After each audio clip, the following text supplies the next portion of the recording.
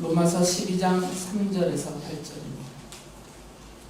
나는 내가 받은 은혜를 힘입어서 여러분 각 사람에게 말합니다. 여러분은 스스로 마땅히 생각해야 하는 것 이상으로 생각하지 말고 하나님께서 각 사람에게 나눠주신 믿음의 분량대로 분수에 맞게 생각하십시오. 한 몸에 많은 지체가 있으나 그 지체들이 다 같은 일을 하는 것이 아닙니다.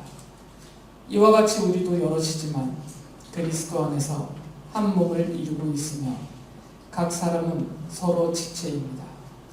하나님께서 우리에게 주신 은혜를 따라 우리는 저마다 다른 신령한 선물을 가지고 있습니다. 가령 그것이 예언이면 믿음의 정도에 맞게 예언할 것이요, 섬기는 일이면 섬기는 일에 힘써야 합니다. 또 가르치는 사람이면 가르치는 일에, 권면하는 사람이면 권면하는 일에 힘쓸 것이요, 나누어주는 사람은 순수한 마음으로, 지도하는 사람은 열성으로, 자선을 베푸는 사람은 기쁜 마음으로 해야 합니다. 지난주까지 3주간에 걸쳐서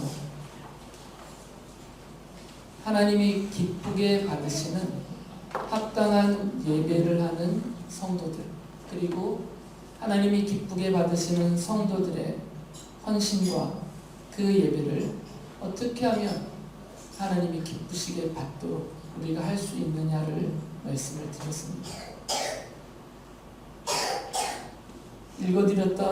지난주에 읽어드렸던 로마서 12장 1절에서 바울 사도가 이렇게 말을 하죠. 형제자매 여러분, 그러므로 나는 하나님의 자비하심을 힘입어 여러분에게 권합니다. 여러분의 몸을 하나님께서 기뻐하실 거룩한 산 제물로 드리십시오. 이것이 여러분이 드릴 합당한 예배입니다.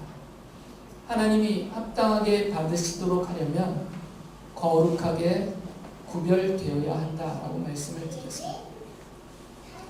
하나님이 기쁘게 받으시는 성도가 되려면 성도가 이 세상과 세상 안에 있는 것과 또 그것에 함께 물들어 있는 세상 사람들로부터 거룩하게 구별되어야 된다라고 말씀을 드렸습니다. 왜 그러냐면 하나님은 성도들이 자신의 전 인격입니다.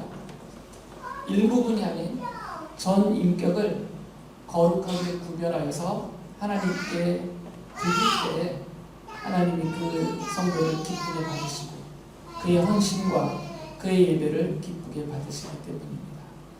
그리고 사도 바울은 이것을 어떻게 실현할 수 있는가? 그 실현의 방안으로 로마서 12장 2절을 말씀해 주셨어요. 여러분은 이 시대의 풍조를 본받지 말고 마음을 새롭게 함으로 변화를 받아서 하나님의 선하시고 기뻐하시고 완전하신 뜻이 무엇인지를 분별하도록 하십시오. 크게 두 가지를 알려주셨습니다. 첫째는 이 악한 시대의 풍조를 본받지 말라라는 것이었습니다. 그리고 두 번째는 하나님의 뜻을 분별해야 한다고 말씀을 드렸습니다. 이 하나님의 뜻을 분별하는 것은 주관적인 자의적인 해석으로 해야 되는 뜻이 아니라 명백하게 그리고 완전하게 우리에게 기록하여 성경 안에 담아두신 하나님의 그 도덕적인 뜻을 잘 살펴서 우리가 어떻게 사는 것이 하나님이 기뻐하시는 일일까, 하나님이 어떻게 하면 기뻐하실까, 이것을 늘 생각하면서 살 때 우리는 이 악한 시대의 풍조를 본받지 않고 또 하나님의 기뻐하시는 뜻을 따라서 하나님이 합당하게 받으실 만한 성도로서, 그리고 그 헌신과 그 예배를 하나님이 기쁘게 받으시도록 살 수 있다라고 말씀을 드렸습니다. 초대교회 시절처럼 2시간, 3시간 또는 밤새 말씀을 전해드릴 수 있었으면 끊어서 설교를 안 해도 되니까 반복하지 않아도 되거든요. 원래는 3절이 2절에서 끊어지면 안 되는 내용입니다. 바울 사도가 이 로마에 있는 성도들에게 이 편지를 써보낼 때는 1절, 2절 쓰고 한참 쉬었다가 이제 또 다른 얘기 3절 이렇게 시작한 게 아니에요. 이어서 쓰고 있고 같은 문장과 맥락과 그 단락 문단 속에서 하나님의 뜻을 전하고 있기 때문에 원래는 3절이 끊어지면 안 됩니다. 그러나 현실적인 문제 때문에 나누어서 설교를 하고 있습니다. 그래서 3주간에 말씀드렸던 그 내용을 기억해 내셔야 돼요. 다 집에다 두고 오셨던 거 빨리 이렇게 기억해 내셔야 됩니다. 그래서 이 1절, 2절에 근거해서 바울사도가 3절을 말하고 있거든요. 1절은 성도 개인을 향한 말씀이에요. 하나님의 자녀로서 성도인 내가 어떻게 거룩하게 구별되어서 하나님이 기쁘게 받으시는 합당한 예배를 하는 사람, 그리고 합당하게 예배하는 자가 될까를 가르쳐 주신 말씀이고, 3절부터는 똑같은 원리입니다. 똑같은 말씀, 똑같은 원리를 근거로 해서 이것을 이제 확대를 하고 있어요. 교회로 확대를 하고 있는 겁니다. 하나님이 거룩하게 구별하여서 기뻐하심으로 자녀 삼으신 성도들이 모여있는 교회, 교회로 모이는 성도들의 신앙 공동체인 이 교회에 똑같은 원리로 확대하여 적용을 시키고 있는 게 3절부터 8절까지의 말씀이에요. 그럴 수밖에 없습니다. 교회라는 이 공동체 자체가 1절, 2절이 이루어지는 성도들이 모일 때 하나님이 기쁘게 받으시는 교회가 되기 때문에, 교회 공동체로 모여있는 성도들이 거룩하게 구별되어서, 그리고 이 세상의 이 악한 시대의 풍조를 본받지 않고 하나님의 기뻐하시고 선하시고 완전하신 그 뜻을 분별해서 하나님이 기뻐하시도록 힘써 살려는 그 성도들이 모인 공동체로서 그 교회가 이루어져야 하나님이 합당하게 받으시는, 기뻐하시면서 합당하게 받으시는 그런 교회가 되기 때문에, 그래서 그것을 근거로 해서 3절부터의 말씀을 여러분이 생각을 하셔야 됩니다. 그렇기 때문에 3절에서도 사도 바울이 하나님의 뜻을 지혜롭게 생각하라 라면서 이렇게 말을 해요. 나는 내가 받은 은혜를 힘입어서 여러분 각 사람에게 말합니다. 여러분은 스스로 마땅히 생각해야 하는 것 이상으로 생각하지 말고 하나님께서 각 사람에게 나누어 주신 믿음의 분량대로 분수에 맞게 생각하십시오. 분수에 맞게라고 세번역 성경에 번역되어 있는 이 단어는 본 뜻은 지혜롭게 생각하라는 뜻이에요. 지혜롭게 생각하라는 겁니다. 교회 공동체로 모이는 성도들은 지혜롭게 생각해야 돼요. 개인적으로도 어떻게 내가 살면 하나님이 나를 기쁘게 받으실까? 내가 어떻게 예배하면 하나님이 나의 예배를 기쁘게 받으실까? 이걸 늘 생각해야 돼요. 그렇게 생각하는 성도들이 함께 모여 교회를 이루고 있을 때 그 성도들의 공신한 공동체인 교회도 다 같이 어떻게 하면 하나님이 우리 교회를 기쁘게 받아주실까? 어떻게 하면 우리 교회가 하나님이 기쁘게 받으시는 교회가 될 것인가? 그것을 늘 지혜롭게 생각하라는 거죠. 지혜롭게 생각해야 됩니다. 이 지혜롭게 생각하는 것의 목적은 분별함에 있습니다. 왜 그러냐면 교회는 예수 그리스도의 십자가 복음 위에 하나님의 은혜로 하나님의 뜻과 계획과 목적과 의도에 의하여서 세워졌기 때문에, 그러니까 이것을 찾아내야 되는 것이죠. 하나님이 왜 교회를 세우셨을까? 하나님이 이 교회를 통해서 이루고자 하시는 것은 무엇일까? 하나님은 교회 공동체로 모이는 성도들의 이 연합체인 교회 안에서 하나님은 무엇이 이루어지기를 원하실까? 늘 이걸 생각하라는 거죠. 개인적으로는 내가 어떻게 하면 하나님이 기쁘게 받으시는 합당한 예배자가 될 것인가를 생각해야 되고, 교회로 모였을 때는 우리 모두가 어떻게 해야만 하나님이 기쁘게 받으시는 합당한 교회가 될까? 이것을 늘 생각하라는 것이죠. 지혜롭게. 다른 생각하지 말고. 어떻게 하면 재밌게 놀까? 어떻게 하면 성도들과 즐겁게 지낼까? 이런 거 생각하지 말고 하면 나와 성도가 함께 하나님이 기뻐하시는 성도요, 기뻐하시는 교회가 될까? 이걸 생각하라는 거죠. 그러니까 다른 것들은 부차적인 것입니다. 다른 것은 정말 부차적인 거죠. 내 몸을 위하고 나를 위한 것들은 사실은 부차적인 것. 2차적인 것도 사실은 못해요. 왜 그러냐면 교회를 세우신 분이 주님이고, 교회를 세우실 때, 그리고 이 교회로 신앙 공동체로 성도들을 모이게 하실 때 하나님이 갖고 계셨던 의도가 있거든요. 계획이 있고 목적이 있단 말이에요. 그게 하나님의 뜻이잖아요. 그러니까 그것을 찾고 거기에 맞게 힘을 쓸 때 하나님이 기쁘게 받으시는 합당한 교회가 된다는 것입니다. 바울 사도는 지금 이제 막 초기 교회가 세워지고 있는 시점이거든요. 절박한 마음이 있습니다.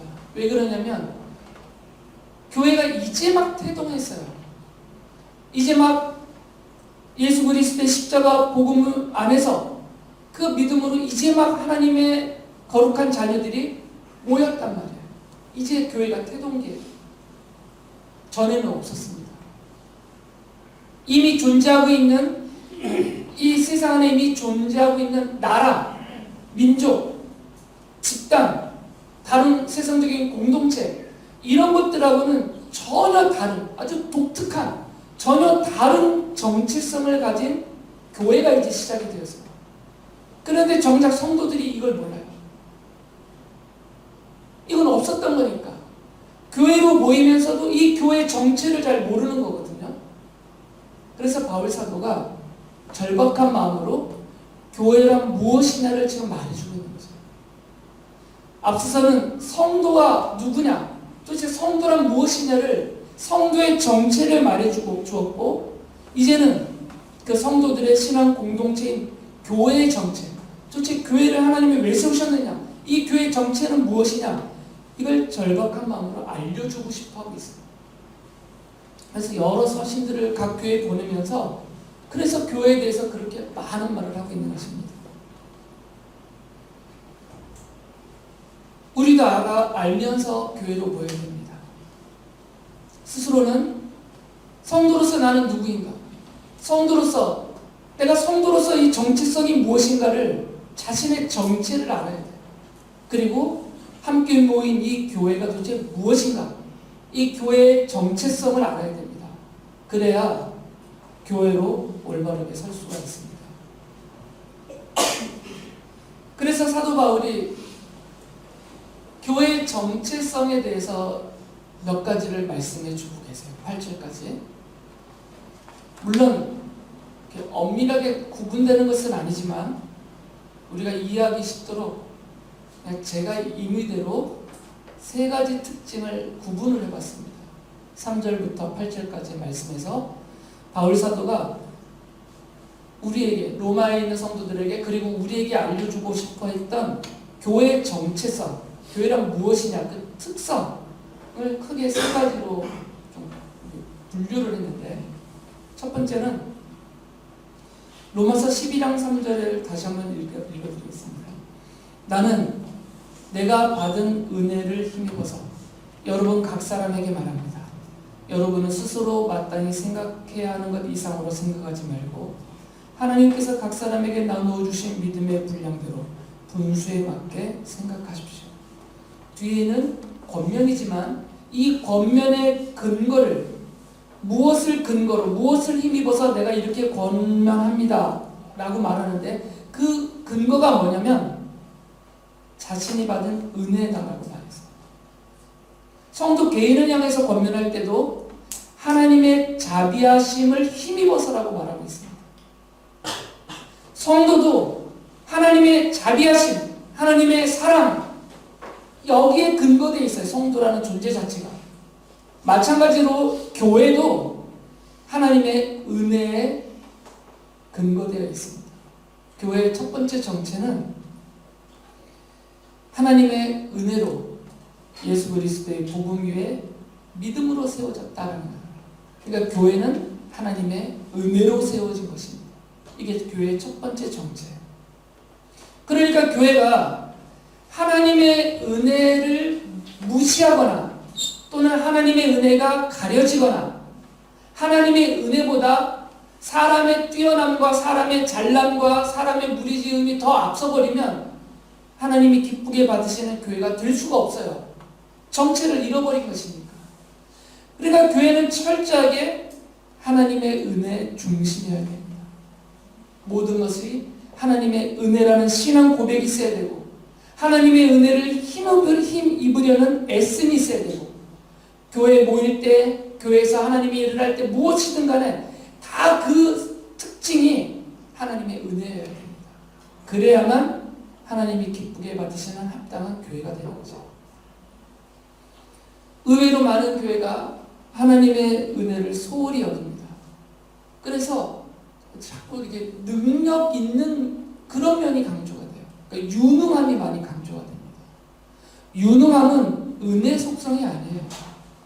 은혜라는 것은 무능한 자를 택하여 그를 귀하게 여겨주시는 게 은혜예요. 유능한 자가 자신의 유능함을 드러내는 것에는 하나님의 은혜가 임할 공간이 없어요. 그러니까 교회는 유능한 사람들이 앞서는 집단이 되면 안 됩니다. 그러면 교회 바깥에 있는 세상의 다른 집단들과 크게 구별이 잘 안 돼요. 그러니까 교회로 모이는 성도들이 유능하냐, 연약하냐, 무능하냐, 실력이 있느냐, 부족한 이런 거 헤아릴 필요가 없습니다. 교회로 모이는 성도들은 모두가 다 하나님 앞에서 저는 바울의 고백과 똑같이 무능한 자입니다. 쓸모없는 자입니다. 제가 갖고 있는 지식, 제게 있는 능력, 제가 소유하고 있는 이런 재물들 다 헛된 것입니다. 이런 자세가 필요하다는 거죠. 그래야만 하나님의 은혜가 뚜렷하게 임하고 뚜렷하게 드러나는 겁니다. 두 번째 특징은 물론 이제 로마서 안에서도 말씀하시지만 이걸 좀 더 우리가 바로 이해할 수 있도록 문장으로 이렇게 딱 규정해 준 말씀이 다른 서신서에 있기 때문에 다른 서신서를 좀 인용을 하면 골로새 교회에게 보낸 골로새서 1장 18절에 바울 사도가 이렇게 말해요. 그분은 교회라는 몸의 머리이십니다. 그분은 예수님이에요. 예수님은 교회라는 몸의 머리십니다. 이렇게 말해요. 그러니까 교회의 두 번째 정체성은 뭐냐면 교회의 머리는 그리스도시다라는 거죠. 교회의 머리는 그리스도세요. 사람이 머리가 아니고 그리스도가 머리세요. 나머지는 다 몸이라는 거예요.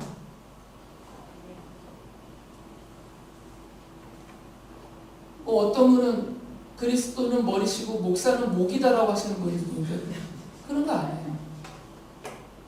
그냥 목사든 장로든 우리 아이들이든 모든 성도님들이 그냥 몸이에요. 팔도 몸이고 다리도 몸이고 목도 몸이고 그냥 몸이에요.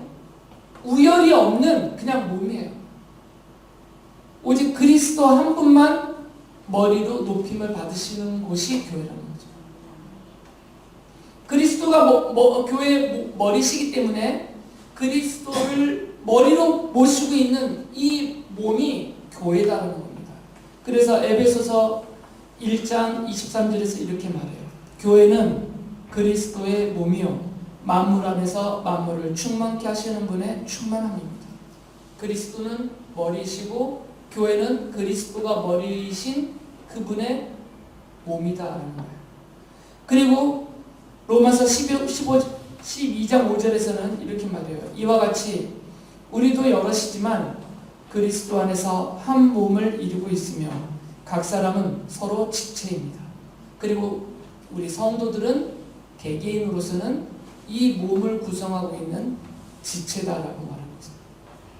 이게 교회의 구조적인 정체이고 특성입니다. 교회의 구조는 아주 단순합니다. 3두 정치, 4두 정치 이런 거 없어요.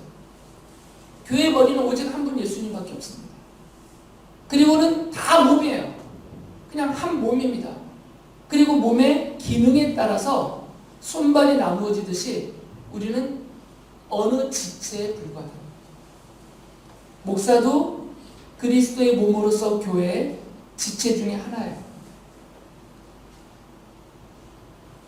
장난치고 돌아다니는 로이도 그 지체 중에 하나예요. 우열이 없습니다. 지체 우열은 없습니다. 지체 중에서 서로 지체가 우열을 따지는 것은 바보짓이다라고 바울사도가 고린도전서 12장에서 말해요. 고린도전서 12장 12절부터 26절까지 바울은 길게 설명합니다. 이 구조에 대해서 길게 설명을 해요. 그러면서 교회 안에 얼마나 다양한 몸의 지체가 다양하듯이 교회 안에 얼마나 다양한 지체들이 있느냐, 이 교회 안에 있는 다양성을 말해주고, 그러나 동시에 이 모든 지체는 서로 상호 필연적이고 필요하다라고 합니다. 상호 필요성. 그래서 너는 필요 없다, 너는 필요 없다, 나만 있으면 된다, 이러면 불구가 된다는 거죠. 온전한 교회가 안 된다는 것이죠. 그래서 25절, 26절, 고린도전서 12장 25절, 26절 이런 데 보면 지체 간에 서로 걱정하게 하셨다고 했어요. 서로를 걱정해요. 같이. 한 몸이니까. 팔이 야 나는 멀쩡하니까 다리 너 잘려나가도 돼, 이럴 수는 없는 거잖아요. 그게 한 몸이 아니잖아요. 그래서 서로 걱정하는 거예요. 마치 우리가 길 가다 넘어지면 몸을 어떻게든 보호하려고 온몸이 동작하는 것처럼 서로를 같이 걱정하게 하셨다라고 말씀을 하고 있습니다. 이게 교회의 두 번째 정체성이에요. 구조적인 정체성입니다. 첫 번째는 근본적인 정체성, 하나님의 은혜로 세워졌다는 것이고, 두 번째는 구조적으로 그 은혜 위에 이런 구조로 교회가 세워졌다는 것입니다. 그리고 세 번째는 로마서 12장 6절에서 이렇게 말씀하세요. 하나님께서 우리에게 주신 은혜를 따라 우리는 저마다 다른 신령한 선물을 가지고 있습니다. 하나님께서 이 몸이 기능하게 하기 위해서 몸에 다양한 기능을 주셨다는 겁니다. 다양한 기능. 그것을 신령한 선물이라고 표현했습니다. 개역성경에서는 이것을 은사라고 번역해놨는데, 은사를 잘못 이해하시는 분들이 있어요. 이걸 개인적인 것으로 이해를 해서 내 것, 나에게 주신 내 것, 은사를 이렇게 생각을 합니다. 이 신령한 선물을. 그러나 바울사도는 고린도서에서 분명히 말씀했어요. 예수께서 주시는, 성령님이 주시는 모든 은사는, 모든 신령한 선물은 공동의 이익, 교회 공동체 공동의 이익을 위해서 쓰라고 주신 것이다 라고 분명하게 말씀해 주셨어요. 그러니까 개인의 이익을 위해서 쓰라고 주신 게 아닙니다.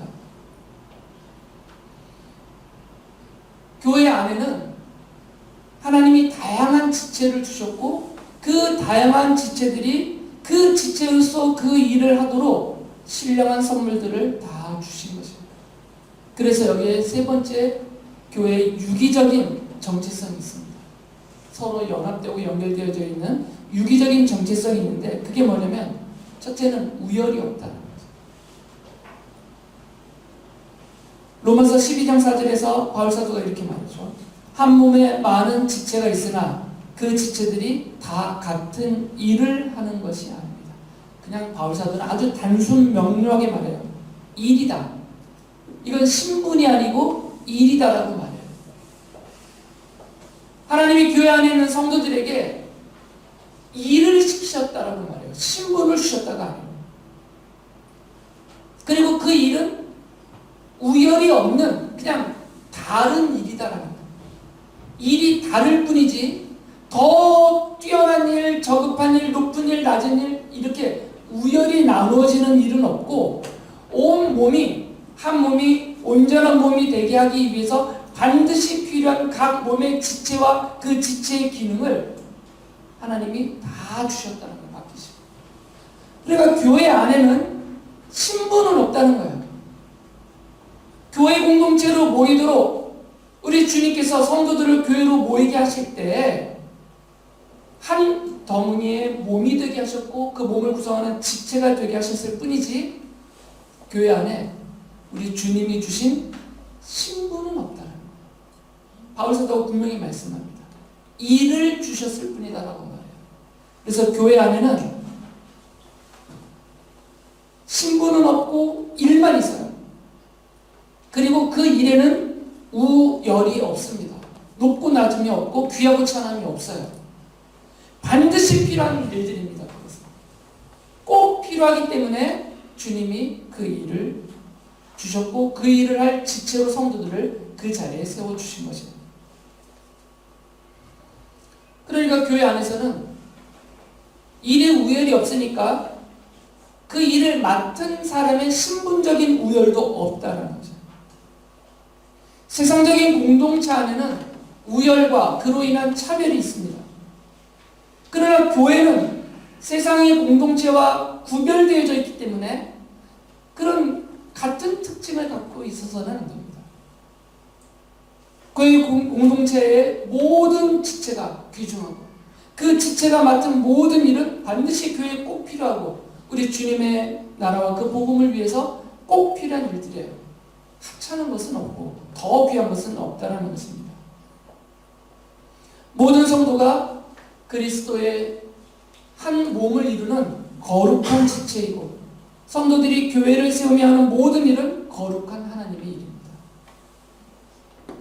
우열을 따지려는 것은 사탄적이고 세상적이고 인간적인 생각입니다. 그래서 바울 사도가 에베소 교회에 보낸 편지에서 이렇게 말해요. 에베소서 4장 16절에 보면 온 몸은 머리이신 그리스도께 속해 있으며 몸에 갖추어져 있는 각 마디를 통하여 연결되고 결합됩니다. 각 지체가 그 맡은 분량대로 활동함을 따라 몸이 자라나며 사랑 안에서 몸이 건설됩니다. 몸을 구성하고 있는 각 지체가 그 지체에게 맡겨주신 그 일을 최선을 다할 때 온전한 몸이 된다는 것이에요. 온전한 교회가 된다는 것입니다. 하나님이 기쁘게 받으시는 합당한 교회가 될 수 있다는 것이에요. 하나님은 모든 성도를 그리스도의 한 몸을 이루는 지체가 되게 하셨어요. 그리고 하나님은 모든 성도들에게 은혜로 신vir량한 선물을 주셔서 그리스도의 몸인 교회를 세우도록 지체로서 일하게 하셨습니다. 학생들은 나는 학생이니까 아니에요 그러면 안 됩니다. 로이에게조차도 역할이 있어요. 기쁨조. 제일 어린 로이에게조차도 기능이 있어요. 지체로서의 기능이. 학생들에게도 기능이 있습니다. 우리 모든 성도들에게는 다 지체로서 맡기신 신령한 선물, 신령한 일들이 다 있어요. 그걸 최선을 다해야 된다는 것입니다. 말씀드렸듯이 교회는 신분의 구별과 차별이 없습니다. 교회 안에는 오직 하나의 신분밖에 없습니다. 뭐겠어요? 성도입니다. 교회 공동체로 모이는 이 성도들의 모임인 교회 안에는 오직 거룩한 하나님의 자녀라는, 거룩한 하나님의 백성이라는 성도라는 고귀한 신분 하나밖에 없습니다. 다른 것은 신분이 아니에요. 교회에서 맡은 직분은 신분이 아닙니다. 목사는 신분이 아니에요. 목사는 누구냐면 성도들과 거룩하게 구별된 무슨 성직자가 아니에요. 목사는 그냥 가르치는 일을 맡은 사람을 부르는 호칭에 불과해요. 김찬이라는 성도가 교회 공동체 목사라는 그 지체로서 그 일을 하도록 하나님이 은혜를 주시고 가르치셔서 이 일을 맡겨놓으셔서 김찬이라는 성도가 목사라는 일을 하고 있을 뿐이에요. 목사라는 것은 신분이 아닙니다. 그냥 그 일, 교회에 반드시 필요한 목사라는 그 일을 맡아서 하는 사람들을 부르는 호칭에 불과해요. 장로는 성도들의 대표로서 구별되는 거룩한 신분이 아니에요. 성도들을 위해서 섬기는 일, 그게 장로의 일인데 성도로서 섬기는 그 장로의 일을 하나님이 사랑하시는 성도를 그리고 훈련하고 경륜을 갖춘 성도를 그 자리에 그 일을 맡기셔서 그 일을 하게 하신 거예요. 그러니까 장로는 누구냐? 그 일을 맡아서 하는 사람을 부르는 호칭이에요. 신분이 아닙니다. 교회의 모든 직분이 이렇습니다. 목사뿐만 아니라 교회 안에 있는 모든 직분은 신분이 아니고 그 일을 하나님이 기쁘게 받으시는 합당한 교회가 되게 하기 위해서 성도들을 지체로 삼고 그 일을 하게 해주신 그 일을 맡아서 일하는 사람을 부르는 말에 불과해요. 물론 그렇다고 너무 깔보시지 말고요. 그러면 좀 하나님의 말씀을 가벼이 여기실 수 있으니까. 그러니까 김찬휘를 존중하라는 게 아니고 이 목사가 하는 하나님의 말씀을 거룩하고 그 은혜로우신 하나님의 말씀을 전하는 일을 하는 거니까 그 일하는 그것을 존중하라는 것이지 신분적으로 김찬이라는 성도를 존중하라는 것은 아니에요.